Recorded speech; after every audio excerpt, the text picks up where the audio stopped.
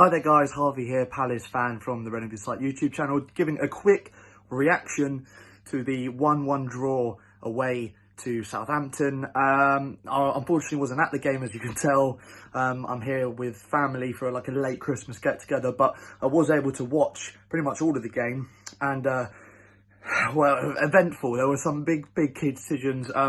In my mind, over the course of 90 minutes, if we're looking at the result on its own, a little bit gutted because it was Kelly with that awful back pass, misplaced back pass to Tompkins, ended up perfectly weighted through ball for Danny Ings to latch on and make it 1-1 with about 15 or so minutes to go. And actually after that goal, it looked like Southampton were going to be the team who were going to get a winner as well. So really unfortunate, because Kelly's been so reliable. He's one of my favourite players in the Palace team, and there's a lot of players that you can really like in this Palace team.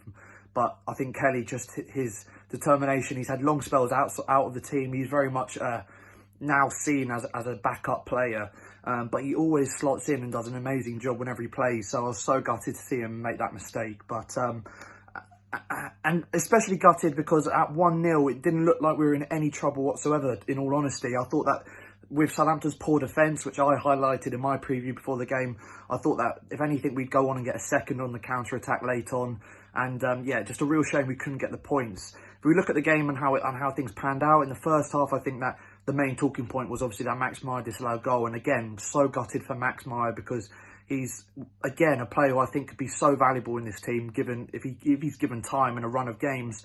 And for him to hit that goal to be disallowed, that would have been massive for him personally, not just for the team. But VAR contentious. I think what you can see, for me, it's very black and white offside. As frustrating as it is as fans to see things like that being given by literally toenail margins, my viewpoint on it is, until the rule changes, offsides are black and white. You either are offside or you're not.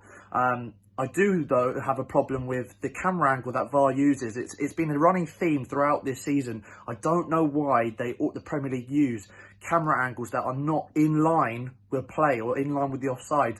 They're drawing lines down from armpits and things like that, but the actual camera angle, the still they have of the image, is not parallel with play. It's not in line with when the ball is taken. It's not in line with the back four. It's at a slight angle. It's slightly ahead of play. So you can't get a true picture of whether he's offside or not. A player will look onside when in one angle and look offside in another angle. So it's just, you know, I'm definitely for VAR. I think it is the right way to go, but it's so many mistakes this season. It's so poor from the Premier League and just the FA in general, and the amount of money in the game, the amount of money in the Premier League, how they're not getting this right.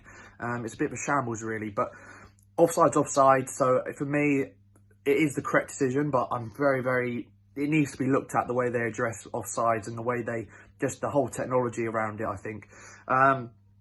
Apart from that, I did think we looked strong. We looked comfortable, as I mentioned. Second half, we obviously get the lead early on, and at last we score from a set piece. That is the main thing for me. It was a very good little chip. It wasn't really a chipped, it was a softly floated, a little bit of whip. It wasn't a massive whipped ball, but it was a soft whipped ball, if you get what I mean. You know, not a lot of pace on the delivery, but enough to put it perfectly on Tompkins' head. And what a header off the underside of the bar. And as I mentioned, from that point on, we did look quite comfortable. It was clear that Southampton had a game plan to kick Wilf. And, you know, off the back of last season, as frustrating it is for a Palace fan to see it, and for the ref, Madley, not to be a bit more, you know, critical of the Southampton players, not to be a bit more defensive of Wilf. I can understand after what happened last season, where Wilf got sent off in this fixture. I can understand why, and lost his head. I can understand why Southampton players would want to rile him up a bit. But I think that Wilf coped with that quite well, even though he probably had one of his poorer games in general. He did a fantastic run, from what I remember, in the second half. And Max Meyer went down. It could have been a pen, contentious. I think it was the right decision in the end.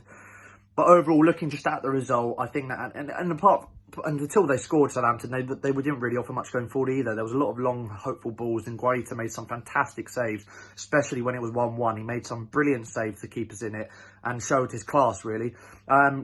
thoughts going forward, massive game on New Year's Day against Norwich. I will hopefully be there for that one, so stay tuned on that, and we'll be doing some content, of course, after the game for that, back of the nest. So fingers crossed for that. Obviously, predictions down below, your thoughts on the game. For me, decent point, but gutted we couldn't convert it into three, get the 3 points in the end after going up early.